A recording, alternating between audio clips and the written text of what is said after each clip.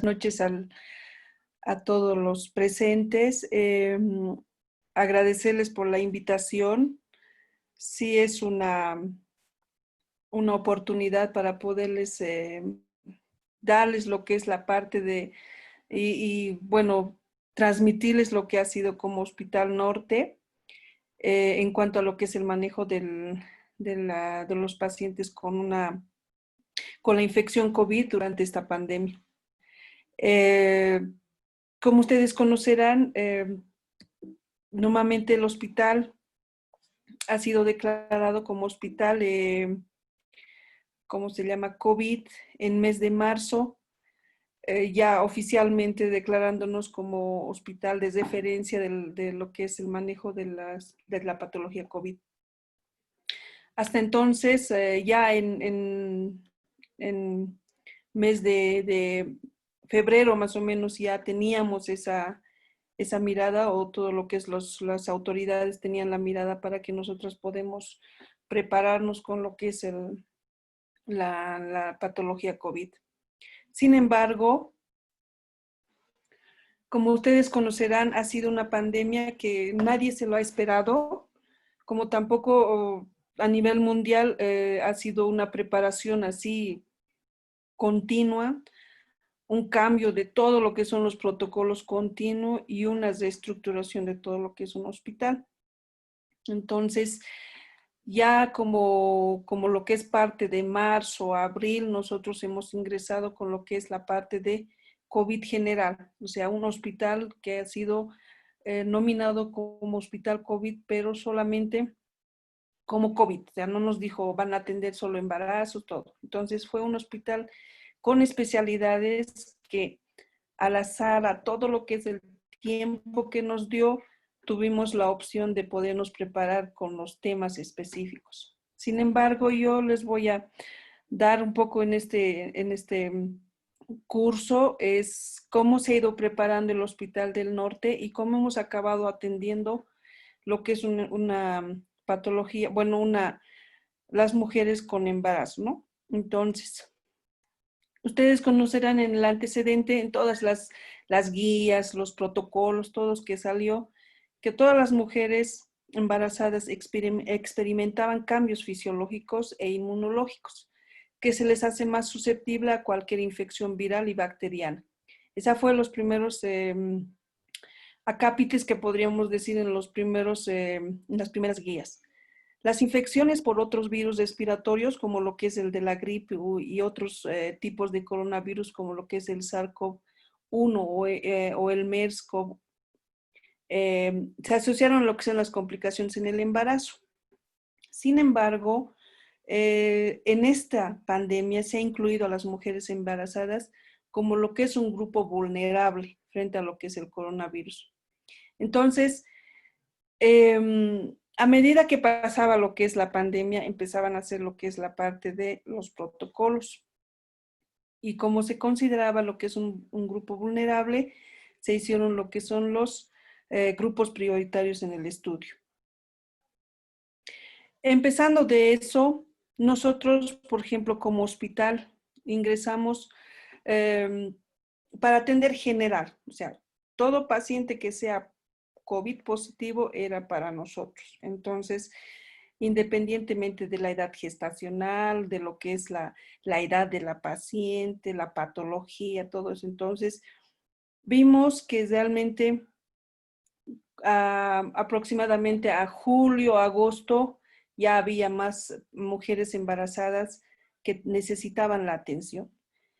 Entonces, no fue tan difícil en cuanto a lo que es la atención de la mujer embarazada, pero solamente se acopló a lo que es al protocolo general que nosotros habíamos realizado como hospital. Entonces, antes de esto, o sea, de todo lo que se hizo como ginecobstetricia, les voy a presentar lo que es la parte de fisiopatología.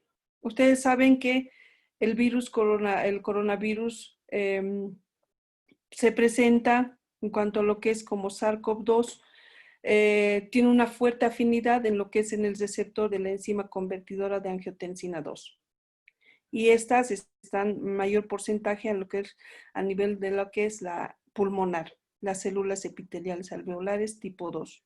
Entonces, este virus ingresa a lo que es a nivel pulmonar, a las células, y las células entienden que el ARN del virus es propio y crea 1.000.000 de copias, o sea, miles de copias que presenta el virus y empieza a lo que es a la lesión. Entonces, el más afectado al principio fue lo que fue la parte respiratoria. Entonces, la replicación fue más fácil a nivel lo que es pulmonar. Y la expresión del receptor de lo que es la enzima convertidora de la angiotensina 2 también se encuentra en lo que es en los otros tejidos extrapulmonares como lo que es el intestino.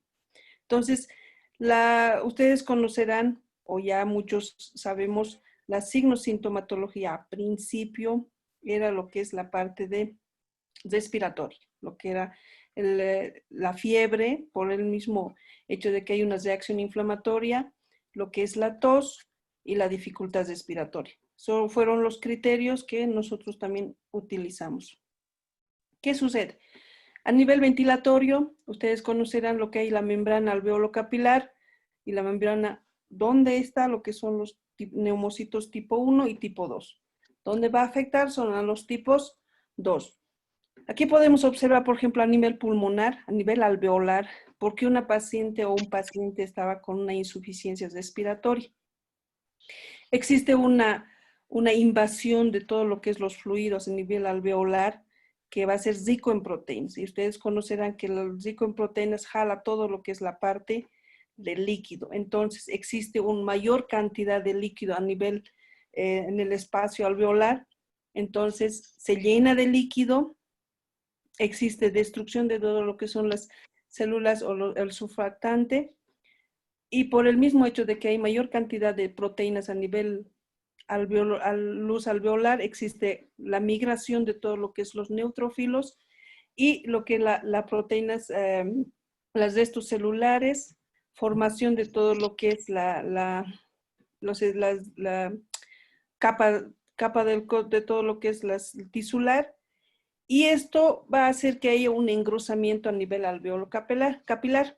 Por tanto, el pase de lo que es el oxígeno y lo que es el dióxido de carbono se hace más difícil. Entonces, estos pacientes al principio presentaban lo que es la signo-sintomatología de lo que es la disnea. Entonces, por el mismo hecho de que también esto al futuro empieza lo que es la parte de una fibrosis, como se podría decir con el tiempo. Ni siquiera ha sido tiempo, son días que han pasado, 1 a 2 días, que el paciente al primero ha estado bien y al siguiente día presentaba mayor insuficiencia respiratoria y al siguiente día mayor insuficiencia, entonces se complicaba, ¿no? Entonces, esto ha desencadenado, por ejemplo, a nivel local de eso de los pulmones. Si vemos uno general, existen una infiltración como si fueran atelectasias, y en macro se observaba como si estuviera con una neumonía, pero no era una neumonía propiamente dicha, solamente que era una reacción inflamatoria que se presentaba a nivel pulmonar. Entonces, la inflamación local a las células endoteliales, esta inflamación local causaba lo que es la secreción o la formación de todo lo que es el factor necrotumoral, la interleucina 1, que activa lo que es la molécula de adhesión. Esta molécula de adhesión aumenta la permeabilidad a nivel endotelial y va a causar lo que es mayor edema a nivel alveolar. Además, el factor de necrosis tumoral aumenta lo que es la activación de todo lo que son los leucocitos, y estos leucocitos empiezan a formar lo que son las quimiosinas o las famosas interleucinas 1 y la interleucina 16, que fueron los principales que empezaron a lo que es a las proinflamatorias. Y si esta no hay una buena defensa de lo que es la paciente o el paciente, entonces llevaba a un síndrome de respuesta inflamatoria sistémica y la cual se observaba como una leucocitosis. Entonces ya a este nivel, el paciente, por ejemplo, tenía fiebre, tenía lo que es los propios signos de lo que es el signo de inflamación, la taquicardia, taquipnea. Pero los efectos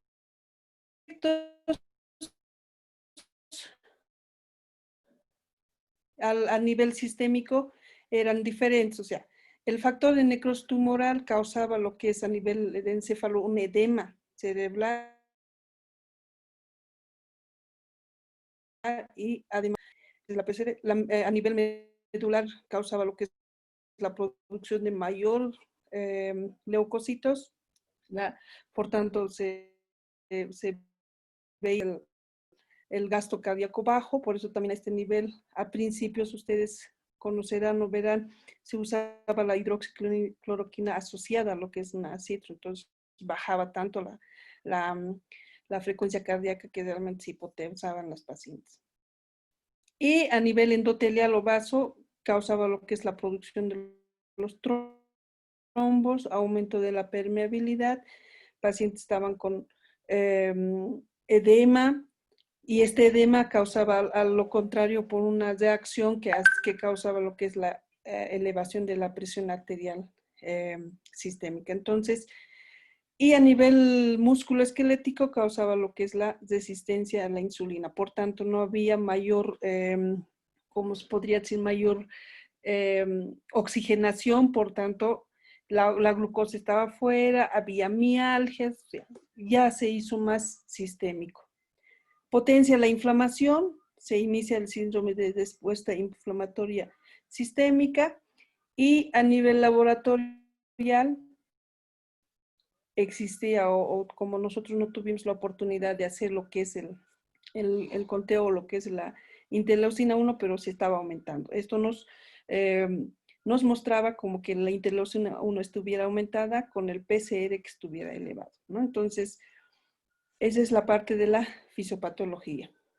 ¿Cuál fue el esquema? Nosotros tuvimos una opción de poder manejar este estadio así a la mano porque pacientes que nosotros tuvimos llegaban después de 14 días, o sea, una vez que hayan tenido el confinamiento en lo que es en domicilio, la cuarentena, todo eso, ya cuando se complicaron pasaron a lo que es al hospital. Entonces, la fase de respuesta viral, como podemos ver aquí en el estadio 1, la infección precoz, casi no lo tuvimos nosotros como hospital, porque las pacientes ya llegaron con sintomatología, llegaron en un estadio donde ya estaban en un 2A. ¿Qué significa? Cuando hay 2A es que había un problema ya a nivel respiratorio que tenía lo que es la disnea o existía algún infiltrado a nivel pulmonar o si no ya estaba con una neumonía. Entonces, a nivel laboratorial igual ya estaba muy alterado, pacientes que llegaban con una linfocitosis tremenda, PCR estaba muy elevado, mayor a lo que es a 300, los tiempos de protrombina estaban prolongados.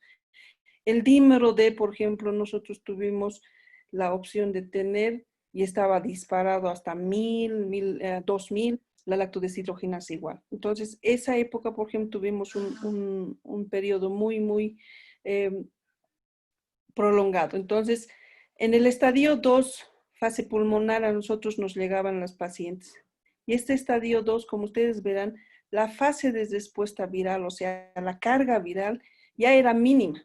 Sin embargo, la fase de respuesta inmune, o sea, cuando ya el organismo ha claudicado en cuanto a lo que es la defensa, estaba iniciando. Entonces, este estadio, por ejemplo, se divide en dos, el 2A y el 2B. El 2A era aquellos pacientes con neumonía leve y el 2B ya estaban ingresando a una neumonía grave. Entonces, aquí nosotros tuvimos que trabajar en cuanto a lo que es el 2A, 2B para poder seleccionarles o clasificarles si va a ir a una terapia intermedia, una terapia intensiva o solamente vamos a controlar que no hagan una neumonía. Entonces, en ese aspecto, por ejemplo, tuvimos protocolos que tuvimos que realizar.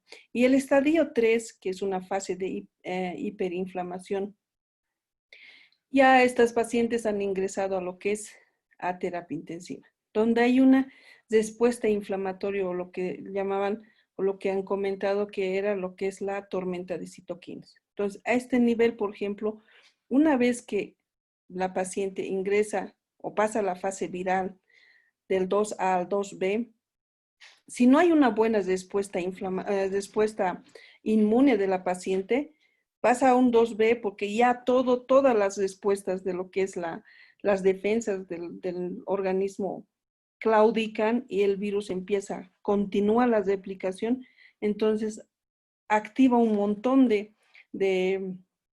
citoquinas, como podemos observar, a nivel sistémico. Entonces, causa una invasión tisular directa a lo que va a ser a nivel pulmonar y a nivel cardíaco. Entonces, a nivel pulmonar, cardíaco va a causar una injuria miocárdica, que a nivel cardíaco, por ejemplo, un 78% ha causado lo que son las famosas arritmias. Pero en el otro aspecto, por ejemplo, cuando hay una respuesta inflamatoria normal, o sea, cuando ya has rebasado la inmunidad de la paciente, entra en lo que llamamos la tormenta de citoquinas. Esta tormenta de citoquinas va a estar modulada por la interleucina 6, o sea, la producción de esta interleucina va a llevar a una injuria miocárdica, va a causar una hiperactividad simpática, o sea, hay una lesión a nivel cerebral, hay las famosas miocarditis a nivel muscular, a nivel hepático va a causar lo que son las lesiones y empieza a producir mayor número de todo lo que es mayor PCR por las interleucinas y lo que es la coagulación, o sea, los tiempos de coagulación se van a ir prolongando. Entonces, existe una tormenta tremenda de estos pacientes que en 24 horas se complicaban con un problema respiratorio que se intuban y ahí fue.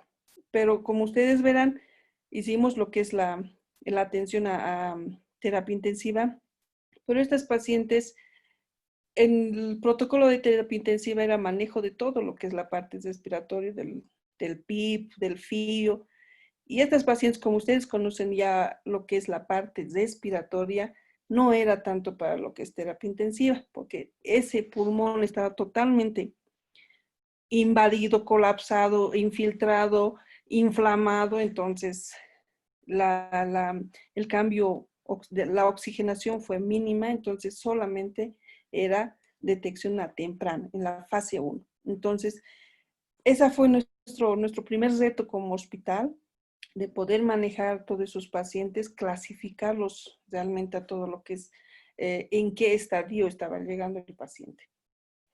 Entonces, teniendo eso, nosotros iniciamos lo que es la definición de caso.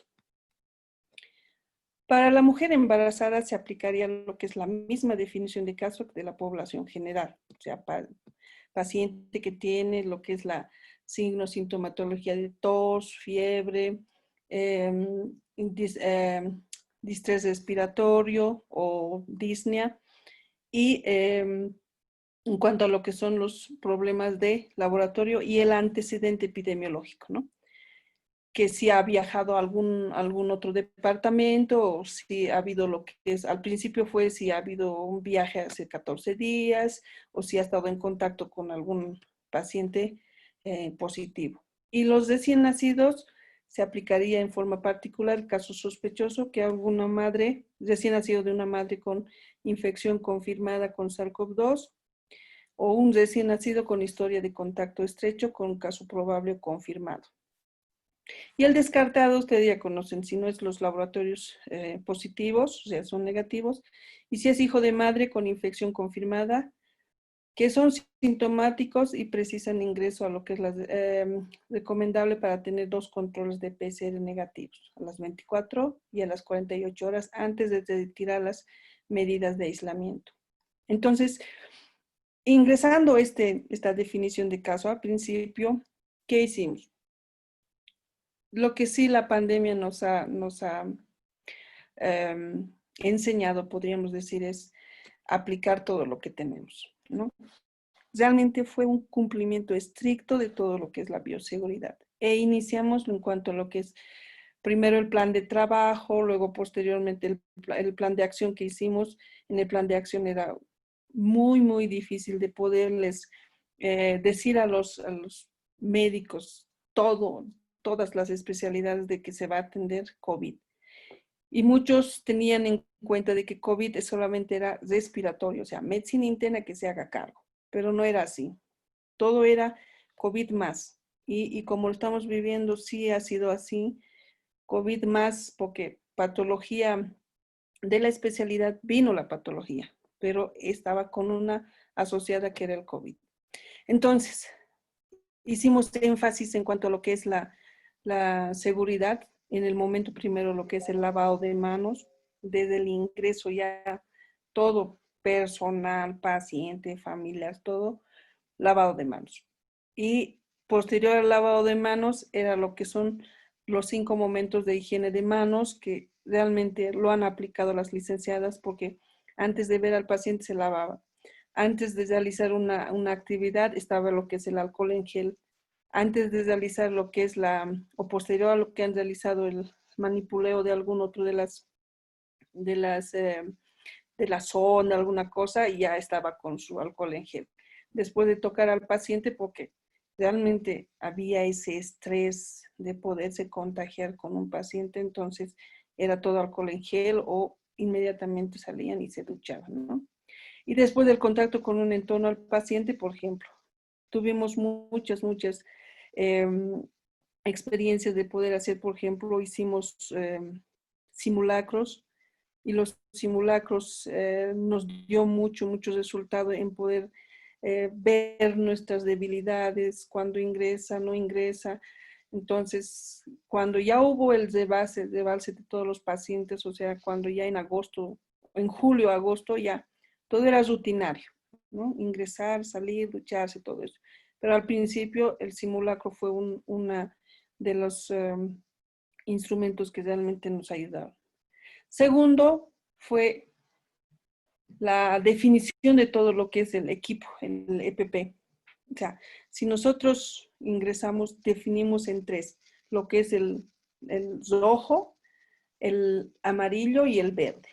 El rojo, o sea, el equipo, el EPP nivel 3 estaba en el área rojo. Todo. Si ustedes verán, había el mameluco, la cofia, o sea, las jodas, el KN90, el N95. Al principio tuvimos N95 y posteriormente tuvimos que hacer un montón de cambios. La bata desechable, las antipasas, el protector facial, los 2 pares de guantes y las botas descartables. Entonces, ese era el nivel 3. A nivel, en pacientes que estaban internados, emergencia, la tomografía, ecografía, todo lo que es estaba en nivel 3.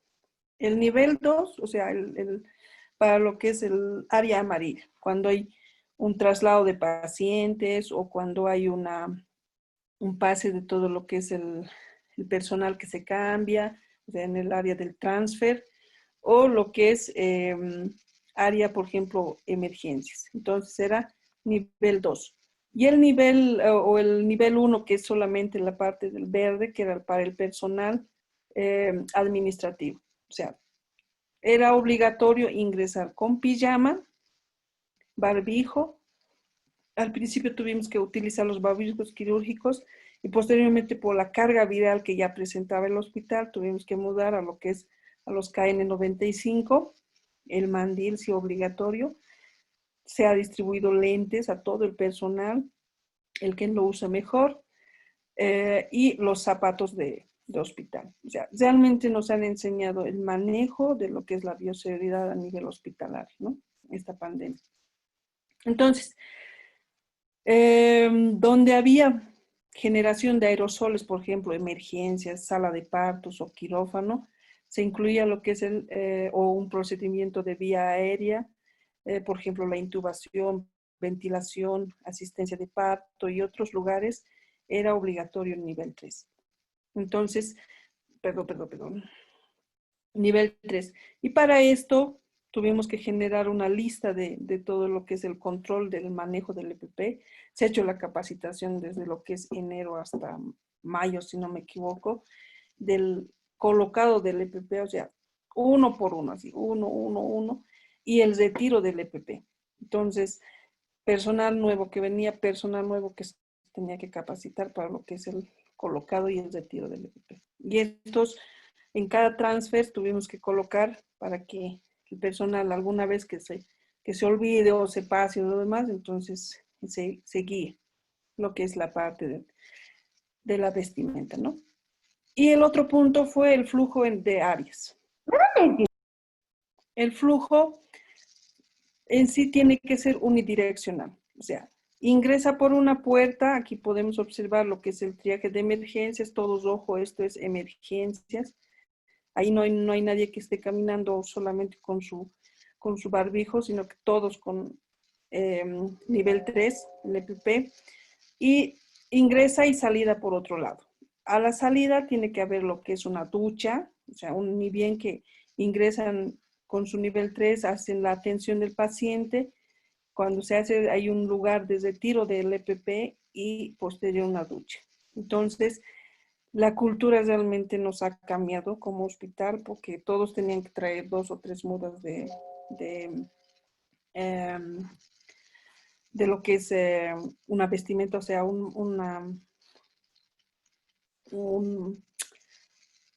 se llama? Una muda de lo que es la pijama. Todos tenían que traerse lo que es un zapato para cambiarse. Todos tenían que traer su equipo personal de aseo. O sea, realmente no se han cambiado. Y este área verde, por ejemplo, es el área administrativa. Ascensores, por ejemplo, hemos anulado todas. Nadie sube por ascensor, todos por gradas, sube, baja, sube, baja. Entonces, ese fue el otro reto de lo que es los flujos, ¿no? Entonces, y por niveles, o sea, tercero, segundo, primer piso, un ingreso y otra salida, totalmente modificado. Entonces, la atención, primero fue las medidas. Entonces, paciente que estaba fuera o teníamos lo que es la referencia, se entregaba lo que es una mascarilla de triaje, sí o sí en triaje, o sea, el paciente más antes no tenían esa cultura de ponerse lo que es el barbijo, entonces uno se le entregaba al paciente. La toma de temperatura con termómetro digital al ingreso, familiar acompañante se entregaba una mascarilla, pero normalmente no era un familiar que sea de segundo o tercero, de tercer nivel, porque primero estaba aislado, o sea, el primer contacto estaban aislados. Y se habilita lo que es el área de aislamiento, una sala. Nosotros hicimos un montón de cambios, habilitamos lo que es carpas, habilitamos los móviles, los consultorios móviles y por último ya habilitamos lo que es emergencia, ¿no? Un área de atención de partos y equipar y de adecuar. Entonces, como les digo, al principio fue todo general. Ya en el mes de junio, julio, ya realmente nos ha rebasado lo que es la atención de mujeres embarazadas, entonces sí había designado el quirófano de emergencias que está en emergencias, lo que es para sala de partos. Y posteriormente a lo que es a los pisos se atendía como paciente normal. La segunda parte de la atención fue la referencia. La referencia era coordinada realmente con epidemiología por el nexo mismo de que si estaba en contacto, no estaba en contacto, si había viajado, no había viajado. Entonces, epidemia fue donde ingresó a lo que es la referencia. Se comunicaba lo que es al médico de turno que va a ingresar un paciente. La referencia se aceptaba y se coordinaba con el piso. Al principio nos habilita el segundo piso, luego ingresamos al tercero y posteriormente se empezaron a mudar de acuerdo a lo que son los pacientes. La referencia era coordinada para terapia. Llega el ingreso de la ambulancia, cuando llega a triaje se solicitan los documentos, o sea, los criterios para el ingreso eran la hoja de referencia, carnet, su positividad y lo que era la parte de si había algún informe médico, ¿no? El paciente requería TAC, entonces aquí ya ingresamos a lo que es el manejo de la parte de emergencias. Y aparte de eso de la referencia, el otro punto fue el triaje que nosotros hicimos. O sea, en ese momento teníamos dos triajes, un triaje de médicos generales y otro triaje que ha sido conformado por los médicos cirujanos generales. Entonces, el primero, el triaje 1, recibía los papeles, coordinaba al paciente, todo eso se comunicaba al triaje 2, que eran los cirujanos, recibían al paciente, evaluaban al paciente y clasificaban si iba a terapia, a intermedios o solamente era un mínimo, ¿no? Y la referencia interna fue un flujo de referencia con lo que es el punto focal. Una vez que epidemiología o gestión de calidad o subdirección coordinaba lo que es la referencia, se hacía lo que es el protocolo de ingreso. En el protocolo de ingreso, por ejemplo, la ambulancia llegaba y se activaba un código que hemos nombrado nosotros el código naranja, porque código naranja significa que el paciente estaba ingresando. Entonces, o por ejemplo, decía código naranja de emergencias a segundo piso. Entonces, sabíamos que el flujo estaba ahí subiendo el paciente. O código naranja de tercer piso a emergencias. Entonces, bajaba para hacer una tomografía, por ejemplo. Entonces, había ese anuncio. Y el jefe de guardia era el cirujano, o sea, el que teníamos que comunicar. El médico de triaje ha tenido un papel muy importante y la supervisora que hemos tenido que se ha tenido que conocer todo el hospital, cuántas camas tenían, dónde había espacio, qué médicos estaban, en qué momento están en cirugía. O sea, realmente fue un papel muy importante de la supervisora en ese momento. Si ha fallecido, no ha fallecido, cuántos cadáveres, o sea, realmente hemos trabajado tremendo con lo que es supervisión. Y las responsables de área de intermedios mínimos, o sea, la supervisora comunicaba a las licenciadas de área, porque hemos determinado 3 áreas, que sean, los mínimos eran aquellos pacientes que no necesitaban oxígeno, pero tampoco podíamos mandarla a su domicilio. Los intermedios eran aquellos pacientes que necesitaban oxígeno con una patología asociada, o sea, diabetes, hipertensión o cardiopatías, las que. Y lo que son las emergencias. Y las responsables de licenciadas por áreas. Entonces, tanto médicos, hubo una reestructuración total en cuanto a lo que es los médicos. Había un responsable de intermedios, por ejemplo, que era el segundo piso neto. O sea, ahí había un jefe. Y tercer piso había otro jefe que es mínimo. Y en emergencias otro jefe. Terapia también, ¿no? Entonces, y las licenciadas lo mismo, cumplieron esa misma función.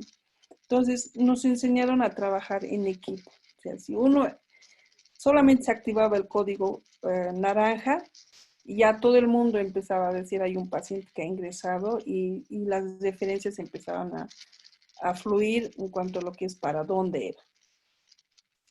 Para eso, el cuarto punto fue realizar lo que es un protocolo. Y como les dije, el protocolo fue general. O sea, toda paciente que fue COVID, ingresamos con lo que son el protocolo. Los criterios mayores que habíamos empezado al principio, este era 38 y luego nos modificamos a 37.5, que era lo que nos decía los lineamientos nacionales, y los criterios menores. Entonces, si había tos, malestar, dificultad, anosmia y disgel. Y clasificaban si era para neumonía leve, iba a ir a mínimos, si era para moderada, iba a ir a lo que es a intermedios, y si era grave, iba para terapia. Entonces, este instrumento, por ejemplo, manejaba terapia. Luego se mudó a otro instrumento que dice confirmado o escala de clasificaciones, que era, esta era para triaje, y este era para triaje 2. El triaje 2 ya nos decía dónde realmente o cómo está este paciente. Pero aquí pueden observar un algoritmo de atención de paciente de emergencias que todo paciente que ingresaba con riesgo vital, se hacía la atención en emergencias, que era por los cirujanos, pediatras, ginecobstetras, todos en general ingresaban, no decían, este es un gineco, yo me toca, pediatra me toca, no, paciente que ingresaba, paciente que le atendían los médicos que les tocaba. Inmediatamente a lo que es la atención o al ingreso a emergencias, el protocolo era hacer una tomografía. Entonces era ingresar hacer la tomo y hacer lo que es los laboratorios, la toma de muestra. Entonces, paciente pediátrico, ginecobstétrico, eh, respiratorio, ingresan a este protocolo. Entonces, se hace lo que es la tomografía y la toma de muestra de lo que es el PCR. Y en el laboratorio eran los más básicos que hacíamos: el hemograma, grupo VIH, ferritina, PCR, dímero D, glicemia, creatinina, tiempo de protrombina, INR, la gasometría, los marcadores a nivel cardíaco, recuento de plaquetas y la lactodeshidrogenasa a todo paciente. Para que nosotros con esto se hacía la clasificación si era un paciente realmente con lo que es si había un criterio para terapia o había una posibilidad de lo que es la morbilidad. Se clasifica de acuerdo a lo que es no esperábamos que haya los resultados del laboratorio, sino se hace la atención, vemos lo que es la parte clínica con lo que es la hoja y se clasifica. Si era neumonía leve, moderada, severa, y se pasaban a los niveles, a lo que es a cuidados mínimos, se activa el protocolo de mínimos ya cuando está en piso, moderado a lo que es cuando es intermedio, segundo piso, y la severa a terapia. Entonces, todo paciente que ingresa al Hospital del Norte ingresa con ese protocolo. Y esta es la otra parte, ¿no? Y los laboratorios, como les digo, son marcadores que nosotros veíamos. Por ejemplo, la creatinina, si había una lesión renal, los electrolitos, la albúmina, las transaminasas, que eran muy importantes para la severidad de la enfermedad. Realmente los pacientes que han ingresado estaban muy elevados, llegaban hasta 200, 300 de transaminasa. Todo el mundo pensaría que estuviera con un HELP o lo que es con una ruptura hepática, ¿no? O sea, si más antes nosotros vimos lo que es las pacientes que estaban con COVID y con lo que es las embarazadas que llegaron, íbamos a hacer una confusión total. Pero no, eso era propio del COVID, que ha hecho una alteración a nivel hepática. Lo que es el lactato deshidrogenasa, por ejemplo, marcado de las severidades de la enfermedad, que estaba mayor a 500. Nosotros teníamos a 1000, 1500 lactatos deshidrogenasa. Y en una mujer embarazada sí llegaba así, pero no estaba con un COVID, perdón, con una eclampsia o preeclampsia, ¿no? El dímero D también fue uno de los marcadores que tuvimos elevadísimos. En las mujeres embarazadas igual llegó hasta 2000, 1000, y fue un criterio para que nosotros demos de alta. La PCR estuvo muy elevada. La ferritina, que fue también otro marcador de severidad que nosotros tuvimos, la ferritina en una mujer embarazada se ve elevada, pero no está tan elevada, pero sí el dímero D se disparaba hasta 2000. Las tiempos de protrombina estaban elevadas, o sea, muy alteradas.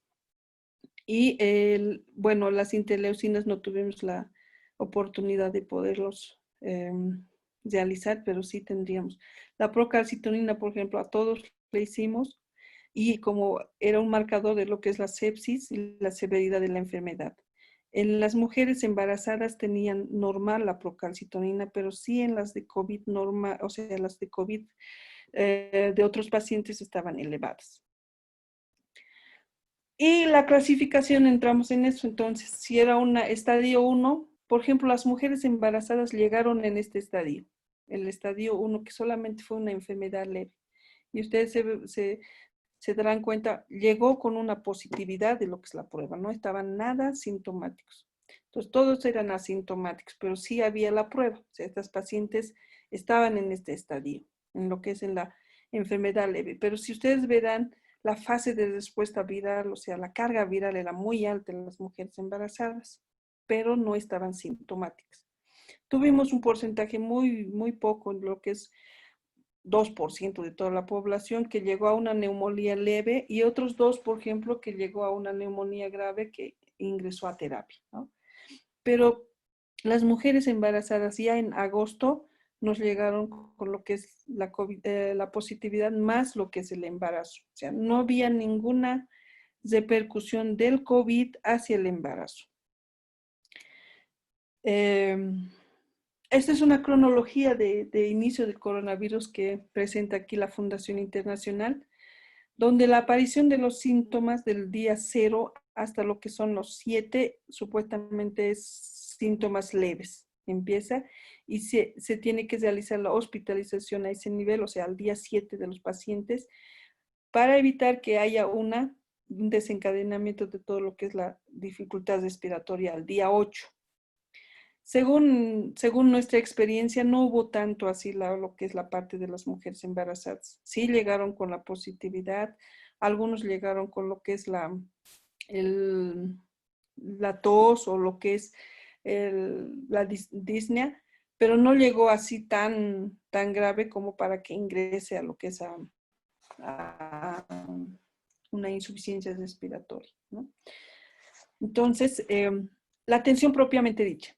Posteriormente a lo que es la clasificación, su toma de muestra, ya la paciente si era, cuando ya es obstétrica, entonces el ginecólogo de guardia ingresaba y hacía lo que es la parte de la atención. Tuvimos, por ejemplo, 2%, bueno, mínimo debe ser como unos 3 o 4 mujeres que fueron un embarazo de 28 semanas, la otra de 36 y uno de 19. Esas pacientes, por ejemplo, sí hicieron problemas respiratorios. O sea, sus placas y su tomografía eran más respiratorios, un estadio 2 a 2B. Pero la parte obstétrica, o sea, del recién nacido, estaba eh, sin ningún problema, había eh, embarazo normal, no había líquido disminuido, se hizo lo que son los cariotocos, todo de rutina. Lo único que cambió en nosotros en cuanto a lo que es la amenaza de parto prematuro es el manejo de la bioseguridad. O sea, todos tenían que vestirse y atender lo que se tenía que atender una paciente. Al igual de cirugía, traumato, todo lo demás, ¿no? Pero en caso de que nos llegó el parto expulsivo, o sea, cuando ya llegó los partos expulsivos, el uso de bioseguridad nivel 3, o sea, ingresaba un paciente a emergencias y por el mismo hecho de que en el parto, ustedes conocerán, si es esta enfermedad respiratoria, en el parto hay mayor producción de lo que son los aerosoles, mayor expulsión, mayor carga viral que se podría presentar. Entonces, sí tendrían que estar, ingresaron con lo que es un EPP nivel 3, así como ven aquí con sus cascos amarillos, todo cubiertos. Y a emergencias se convocaba neonatología porque era un expulsivo, ingresaba igual con su nivel 3. Por eso era muy importante de que se haga la referencia, porque nosotros comunicábamos, decíamos, va a llegar un paciente, tal paciente que ingresa, entonces, ¿en cuánto tiempo? No sé, media hora. Entonces ellos ya ingresaban a cambiarse todo lo demás. Cuando llegaba paciente, ya estaban en el área roja que nosotros llamábamos, ya recibiendo al paciente, porque si cuando llegaba el paciente, antes de que nos comuniquen, teníamos que primero vestirnos, o sea, tenía que vestirse en media hora todos los 11 o 13 pasos que teníamos que hacer y luego ingresar. Entonces eso demoraba por lo menos para los principiantes una media hora, para los que ya estaban más adiestradas, hacían lo que es en 15 minutos, porque tienen que arreglarse, que no se caiga nada, todo lo demás. Y el equipo se realizó en unión, o sea, se hace la convocatoria, lo que es al ginecólogo, neonatólogo y el gineco atiende lo que es el parto. Se hizo la atención de parto. Lo primero que sí es al paciente cubrirla lo que es la parte con barbijo. El gorro, aquí ya tanto puja, creo que el gorro ya está fuera. Entonces el gorro y todos con el mismo nivel. Y el pinzamiento del cordón umbilical fue inmediato, porque si ustedes conocen lo que es la parte respiratoria, los aerosoles se eliminan en mayor número. Entonces, la idea era, bueno, no contaminar o lo que es infectar al recién nacido. Entonces, era separarle de inmediato. Se hizo el pensamiento inmediato, el aislamiento del recién nacido e internación a lo que es la neonatología. Ya en neonato hacían lo que es sus atenciones de lo que es el recién nacido, ¿no? Eso fue al principio, eso fue ya durante lo como que es como protocolos, pero sin embargo, ya cuando hubo mayor número de pacientes, ya se tuvo que revisar nuevamente lo que son los protocolos y volver a hacer un nuevo protocolo. El recién nacido crítico o estable se clasificaba ahí, se realiza al recién nacido lo que es el PCR, las 24 horas y a las 48 horas. Y el puerperio se realizó lo que es el traslado a su área respectiva. O sea, si en la tomografía, pues como teníamos la gran ventaja de tener el ZISPAC nos lanzaba directamente a la computadora, entonces ahí observaban si había algún infiltrado o no. Si estaba todo excelente a nivel pulmonar, entonces tercer piso que eran mínimos, solamente tratar lo que es el COVID y hacer todos sus laboratorios como llegaron. Pero si esta paciente, por ejemplo, tenía algún infiltrado o algún síntoma que ya era una patología o una comorbilidad, entonces pasaba al segundo piso, que era ya para oxígeno dependientes, ¿no? Entonces esa clasificación lo hacía la ginecóloga y lo que es el cirujano de turno. Para la cesárea, bueno, ingresamos igual, o sea, se coordina paciente, se realizaba lo que es la programación. Se realiza la programación una vez que ingresa a lo que es todo el triaje, ¿no? O sea, se hace tomo, todo eso. Vemos en la edad gestacional, por ejemplo, estas de 28, 20, 36 semanas, solamente se hizo clínico, porque tomografía tampoco lo hemos expuesto a todas, ¿no? Pero sí a las ya con parto o embarazo término, todas entraron en el mismo protocolo. Programación y preparación en emergencias, porque teníamos un quirófano ahí exclusivamente para gineco, y ahí se prepara todo al paciente y se sube a lo que es a quirófano al primer piso. Se activa el protocolo de quirófano, o sea,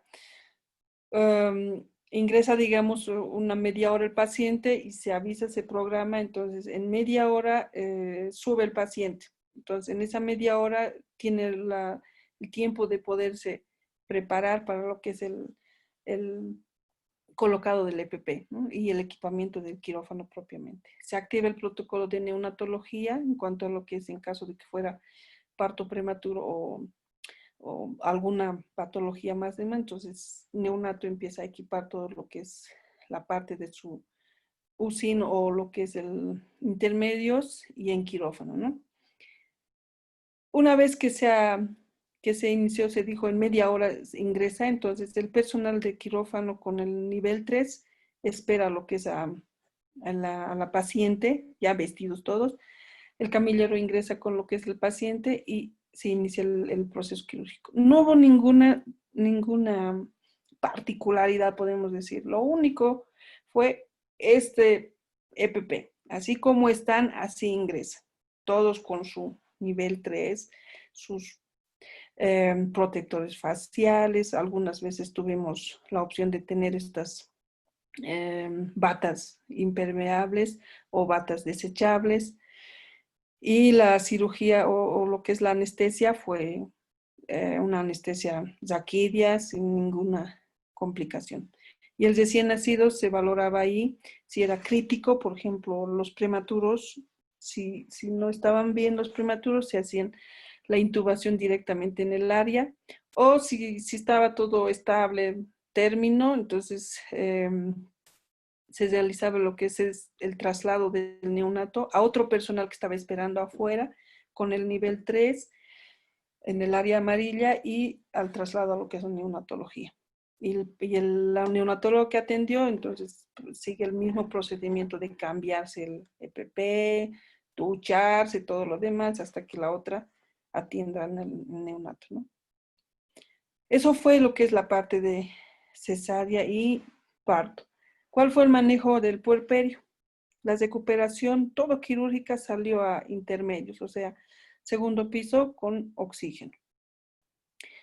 Mismas medidas de bioseguridad, el control fue estricto en lo que es en el MATEP, porque al principio las cesáreas hubieron, si no se hizo lo que es el MATEP, primer paciente, por ejemplo, no el primer paciente del hospital, sino las primeras cirugías así de lo que tuvimos ya en agosto, donde hubo mayor número de pacientes,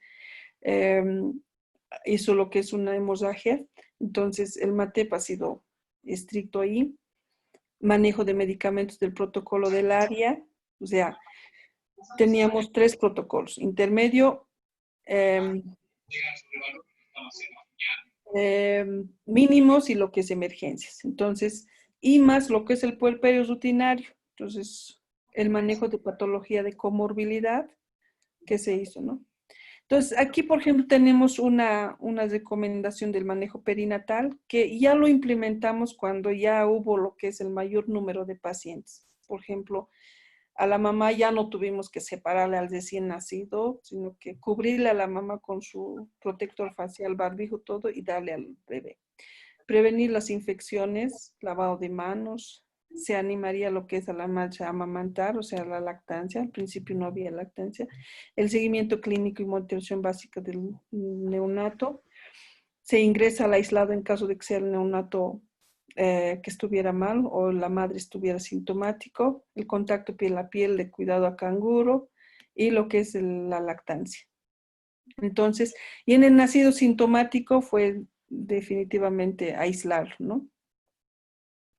Del total de los pacientes que tuvimos ginecológicas, ningún recién nacido salió con su PCR positivo, todos fueron negativos.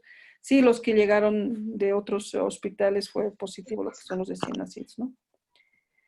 El manejo, como les digo, en cuanto a lo que es el tratamiento, este fue el general. Las soluciones, en cuanto a lo que es los fármacos de ingreso, eh, de- ¿todo bien? Otra vez Neymar va a tomar el protagónico.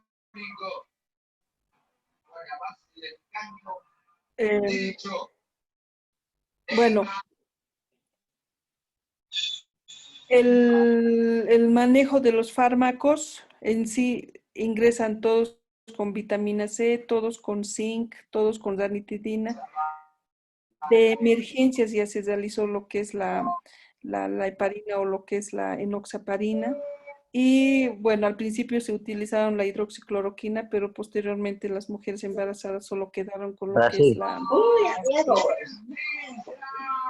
entonces de 500 miligramos, ¿no? Y la hidroxicloroquina fue la primera paciente que ingresó que sí utilizamos eso. Entonces, la, el, el, la experiencia que tuvimos con la hidroxi es que las pacientes jóvenes son las que mayor tolerancia que tienen, sin embargo, los otros pacientes normalmente hacen su efecto No, con colateral, eso, ¿no? ¿no? Luego, ¿cuáles fueron los efectos en Micrófono, sí? Jaime, cierre su micrófono. Perdón, doctora, hay un colega con el micrófono abierto. Gracias.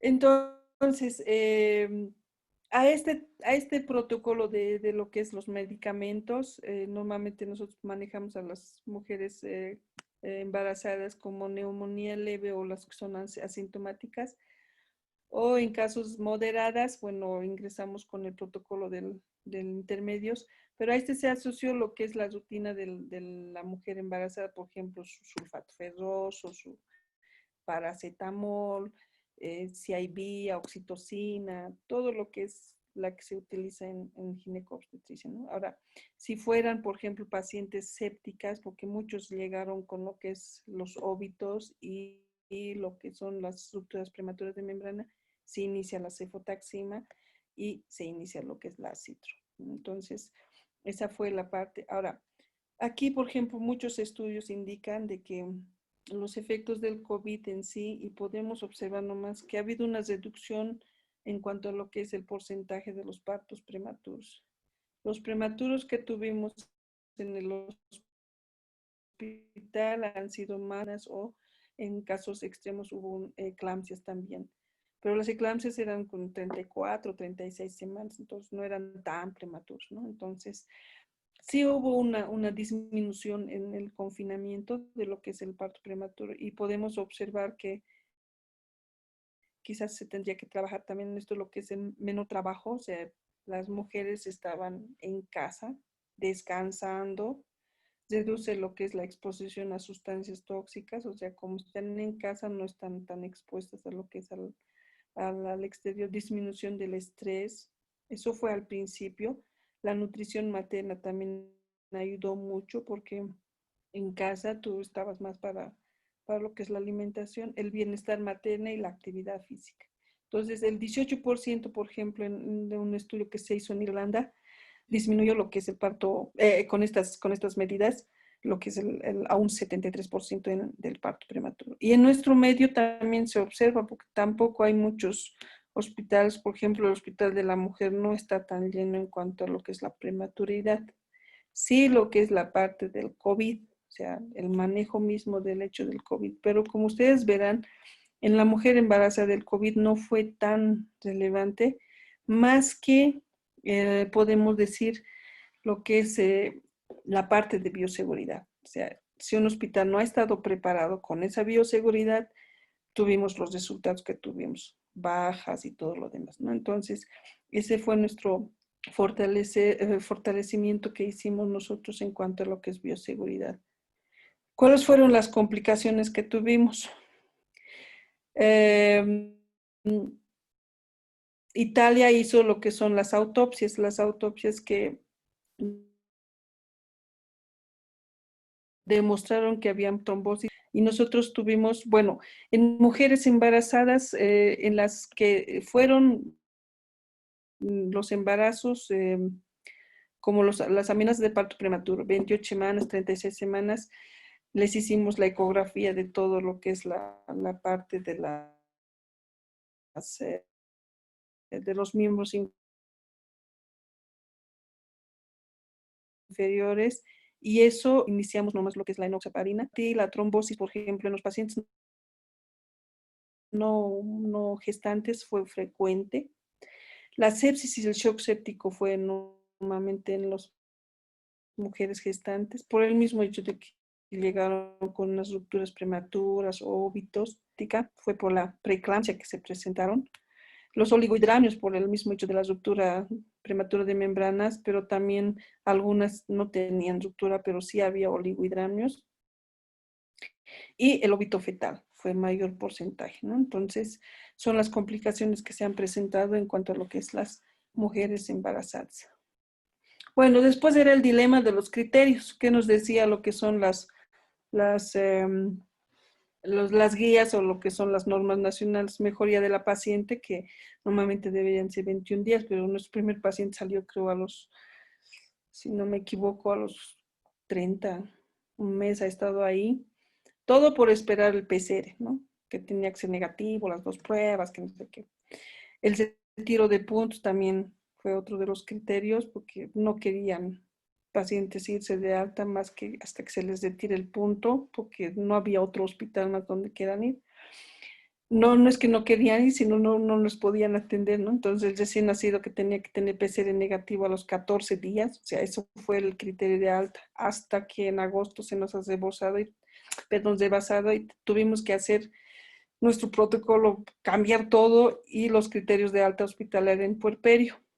Y en esto tuvimos que las pacientes de fase 1 y fase 2 eran atribuibles al aislamiento domiciliario, como dice la norma. Sin embargo, estas pacientes estaban en puerperio quirúrgico, entonces, y más su COVID y más todo lo demás, entonces tuvimos que darle de altas, mejoría clínica durante su puerperio fisiológico sin complicaciones o alta a las 24 horas, puerperio quirúrgico sin complicaciones y con patología de base, la hipertensión, la diabetes gestacional y la anemia. Al cuarto día les hacíamos la alta. Entonces estaba pendiente su PCR, estaba pendiente lo que es el retiro de puntos, todo. Post-LU y post-AMEO y procedimientos menores a las 24 horas posteriores a su internación. O sea, volvimos nuevamente a lo que nosotros hacíamos, ¿no? Solamente que era la parte de bioseguridad. Los laboratoriales, pacientes con nivel de LDH y ferritina y PCR dentro de los parámetros normales y pacientes con dímero D dentro de los valores normales que se consideraban en el embarazo 1022, porque estas mujeres normalmente cuando son embarazos pequeños, o sea, prematuros, sus dímeros D estaban en 2000, un montón. Criterios epidemiológicos fue lo que es las inmunoglobulinas positivas, pero estuvieran asintomáticas. Y sí, con lo que es durante 14 y 21 días de lo que es el aislamiento respiratorio. Le hacíamos firmar un compromiso de que el paciente tiene que estar aislada, solita, en su casa, ¿no?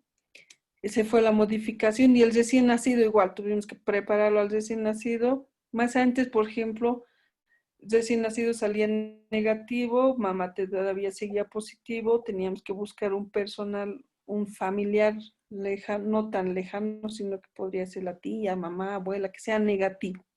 Y se lo entregábamos al recién nacido. Por eso las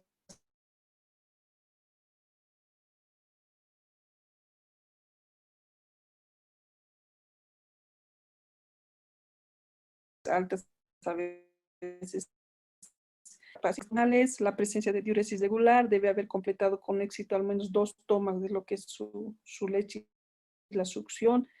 Identificar y evaluar al recién nacido en cuanto a lo que es la bilirrubina.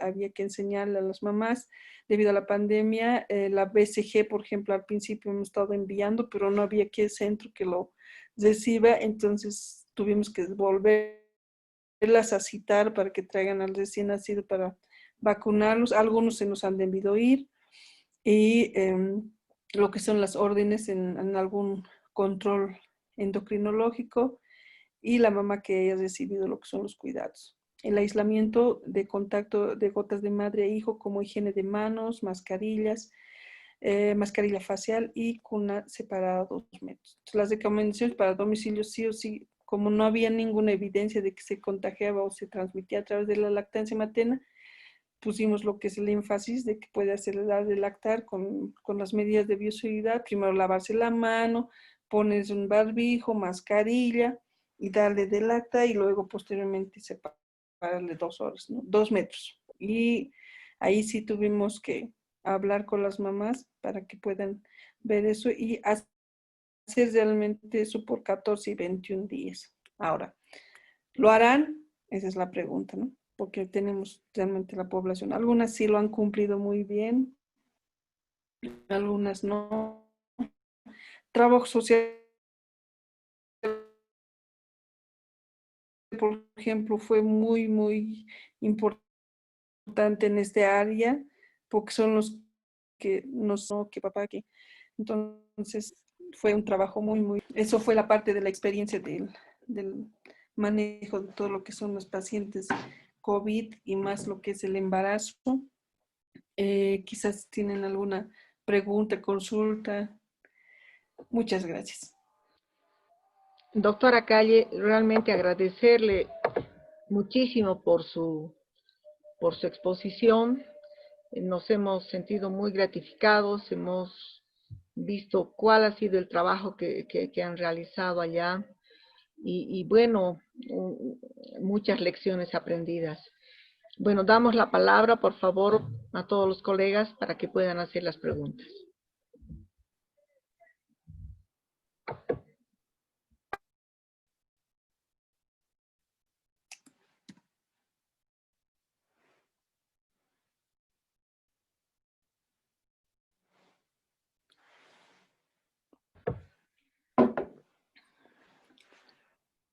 Colegas, ¿pueden preguntar, por favor?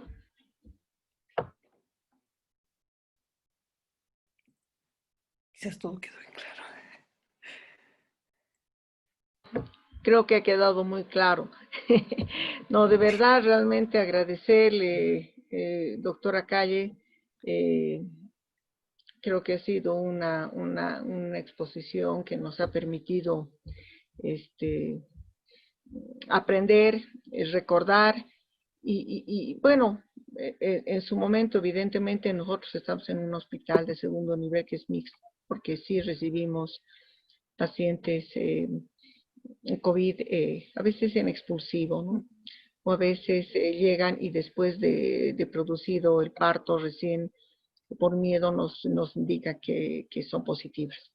Y creo que lo más importante del aprendizaje es pensar que todos son COVID y todo el personal tiene que utilizar las medidas de bioseguridad. todos, absolutamente todos. Creo que eso es un gran aprendizaje en esta emergencia sanitaria. Sí, así es, doctora, porque la verdad fue muy estricto en cuanto a lo que es el manejo, pero nos enseñaron muchas cosas. Primero, trabajar en equipo, porque todos tenían que estar enlazados con todos, o sea, todo el mundo creo que ya sabe el teléfono de todos y para hacer lo que es las coordinaciones. Y segundo,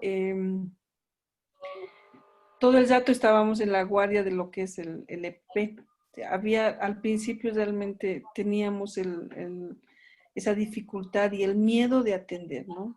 Muchas veces, por ejemplo, el solo hecho de que trasladábamos un paciente nos decía, ah, en mi cara estaba el corona. Bueno, pero esa cultura fue muy importante de poderles cambiar a los médicos.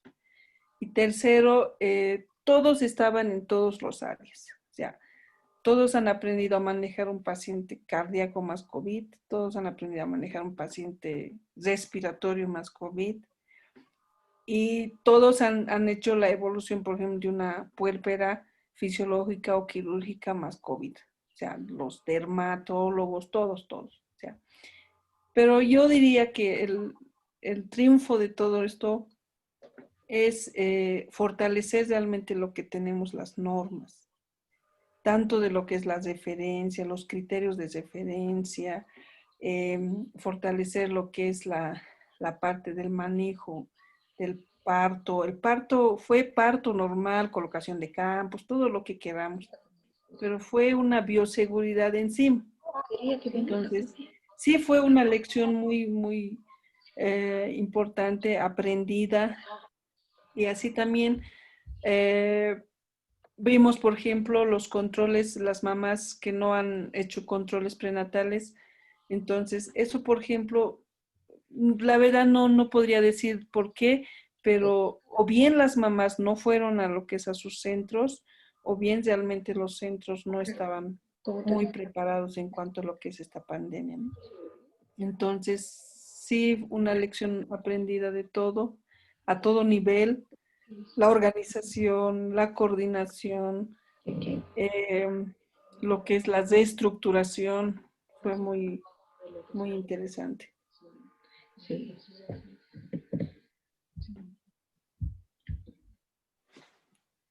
Y bueno, es ahora prepararnos para la siguiente oleada que está viniendo en cuanto a lo que es la parte de la pandemia, ¿no? Va a haber más quirúrgicas, como tuvimos un montón de pacientes quirúrgicos, apéndices, pancreatitis, lo que son las trombosis mesentéricas, las tromboembolismos pulmonares, lo que es la parte de la trombosis de las venas cavas, perdón, la trombosis de los miembros inferiores. O sea, va a haber más, porque paciente que está en su casa se va a ingresar, va a estar con COVID y se queda ahí. Entonces, en mujer embarazada, más lo que es la complicación séptica. Esa es la que más nosotros tuvimos, una sepsis fatal, uno que no nos respondió ya a todas las medidas, y la otra que a pesar de que hicimos todo en emergencias, terapias, en todo lo demás, tuvo que nomás fallecer, ¿no? Entonces, esas son las más que hay que cuidar en cuanto a lo que es los controles prenatales, ¿no?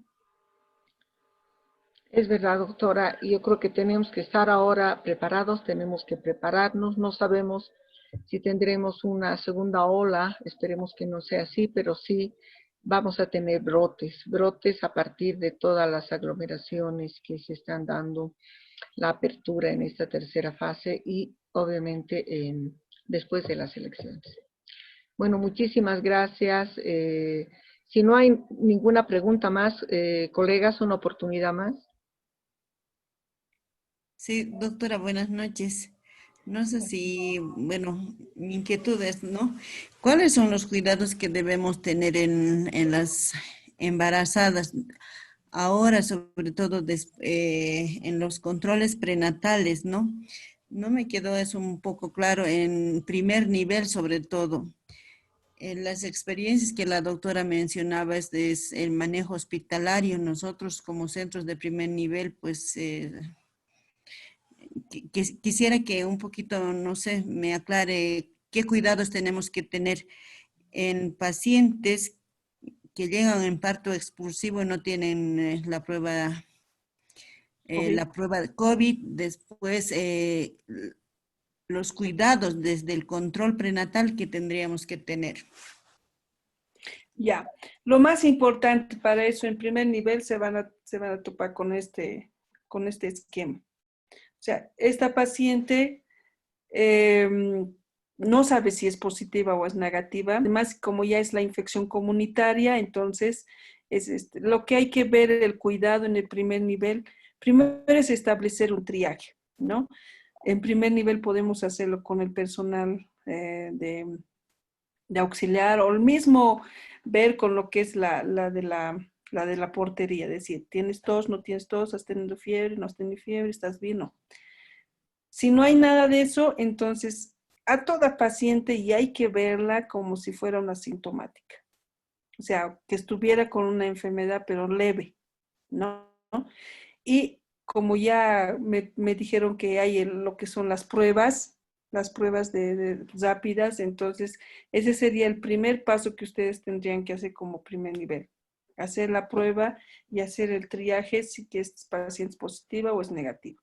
Si es negativa, las bioseguridad, o sea, lavado de manos, todo lo demás ingresa a lo que es a consulta externa. Si es positiva, ya buscar una alternativa donde hacen lo que son los positivos, pero que este paciente esté asintomático. Pues creo que los antes ya está con los dos, ¿no? Pero que no es tan hospitalar, o sea, tan tercer nivel. Entonces, ahora, en el control prenatal propiamente dicho de la mujer gestante, entonces, si es negativo, aún así tenemos que tener cuidado. El personal de salud tiene que tener lo que son las medidas, por lo menos la protección a nivel de lo que es la cara, o sea, barbijo o el KN95, su protector facial y lo que es una bata que tenga un cuello así de cadete, por ejemplo. Nivel 2. Entonces, con eso se hace lo que es la atención de la paciente y el control prenatal normal. Ahora, como embarazo propiamente, hay que ver lo que es, ustedes ya conocen muy bien el primer trimestre, hay que ver si no hay anemia, no hay retardo, todo lo demás. Sangrados, infecciones a nivel vaginal, que han sido un punto de desencadenante en cuanto a lo que son las rupturas prematuras de membrana. Entonces, ese nivel, por ejemplo, hay que cuidar para que la mujer no desarrolle al futuro lo que son las famosas rupturas prematuras de membrana o amenazas. Y en el primer trimestre. En el segundo trimestre, que no haga lo que son las preeclampsias, porque el COVID tanto no tiene efecto en la mujer embarazada. En las pacientes que no son, o sea, no, en los pacientes normales, por ejemplo, ha hecho una hipertensión. Todos los pacientes han hecho hipertensión con COVID. O sea, sus presiones se les han elevado. Por eso es que muchos han hecho accidente vasculocerebral. Entonces, pero en la mujer embarazada no hay el efecto. Pero si ya está instalado, por ejemplo, la preeclampsia, entonces va a ser más agravante con el COVID. Entonces, esos son los que tienen que cuidar. Son controles prenatales normales. Lo único que hay que cuidarse es nosotros y a la paciente darle su barbijo. Y si tienen un parto, en el parto igual. Nivel 2 pueden hacer cis expulsivo o nivel 3 mejor. Nosotros hemos tenido lo que es el nivel 3, pero hay centros que realmente no les han dado nada. Entonces, nivel 2. O sea, rostro tienen que cubrirse como personal de salud y a la paciente hay que cubrirle lo que es el barbijo. Recién nacido, inmediatamente se le hace el clampeo. Eso es lo que tienen que cuidar más en el parto. Y en el control prenatal rutinario, lo único es bioseguridad, para que esta paciente no desencadene, no desarrolle lo que son las patologías. Por ejemplo, una de ellas nos hizo una diabetes gestacional, porque entró a las 28 semanas y justo tuvimos que hacerle lo que es el diagnóstico. Entonces, esos pacientes, por ejemplo, pueden hacer, entonces, es un control normal, rutinario, pero con medidas de bioseguridad. Y lo más importante para ustedes va a ser el triaje. O sea, a todas pacientes sí tendrían que hacer lo que es la prueba rápida, a las gestantes en especial, porque son asintomáticas.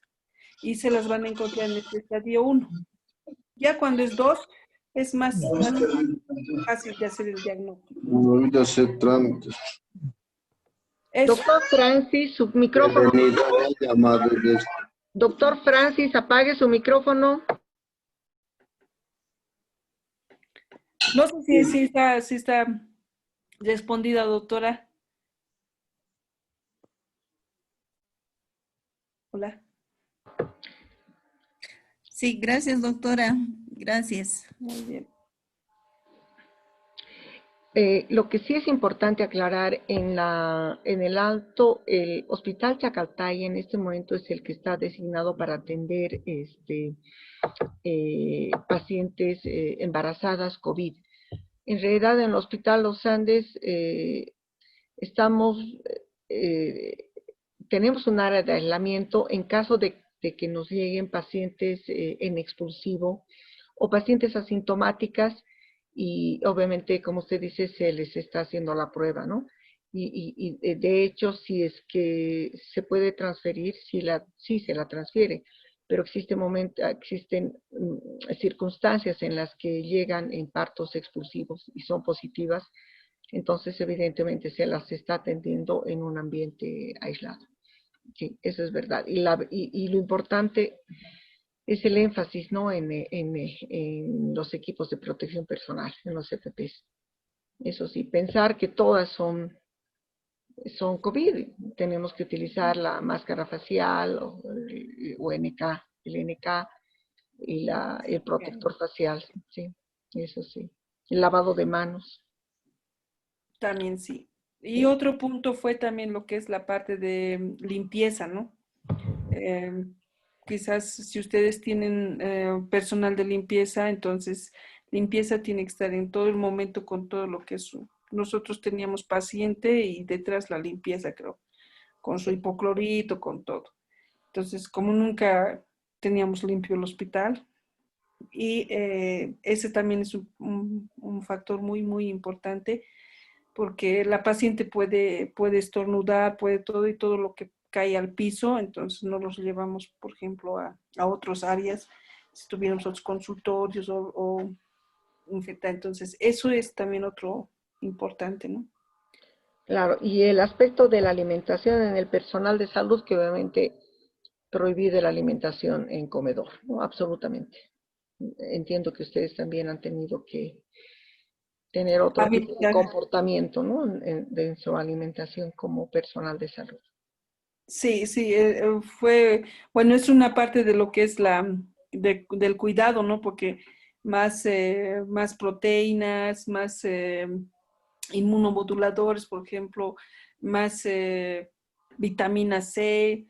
Muchos han empezado a tomar lo que son los suplementos vitamínicos o lo que es las proteínas, el MS, todo el mundo creo que ya toma, para el mismo hecho de que la defensa tiene que estar, o sea, tiene que ayudarle, porque tener el EPP, alguno que por ahí el tercer nivel se ha puesto, es deshidratante, realmente deshidrata por 2, 3 horas, muchos han tenido desmayos el personal y bueno, es cambiarlo al personal, todo eso, ¿no?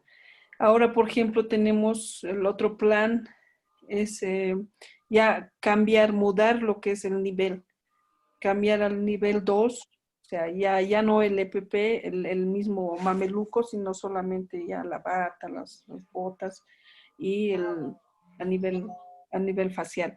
Pero eso va a depender mucho de la seguridad del personal, ¿no? Entonces, ya cada uno va, en el primer nivel, por ejemplo, el segundo El nivel 2 estaría muy bien, por ejemplo, una bata y su protector facial, para que no tengamos ninguna, ¿no? Una infección. Eso es verdad. Bueno, doctora, agradecerle una vez más por su predisposición, por compartir sus conocimientos y su experiencia. Muchísimas gracias, muy gentil. Muchas gracias. Hasta Muchas, luego, doctorita. muchas gracias. Hasta luego, hasta luego. Hasta luego, gracias.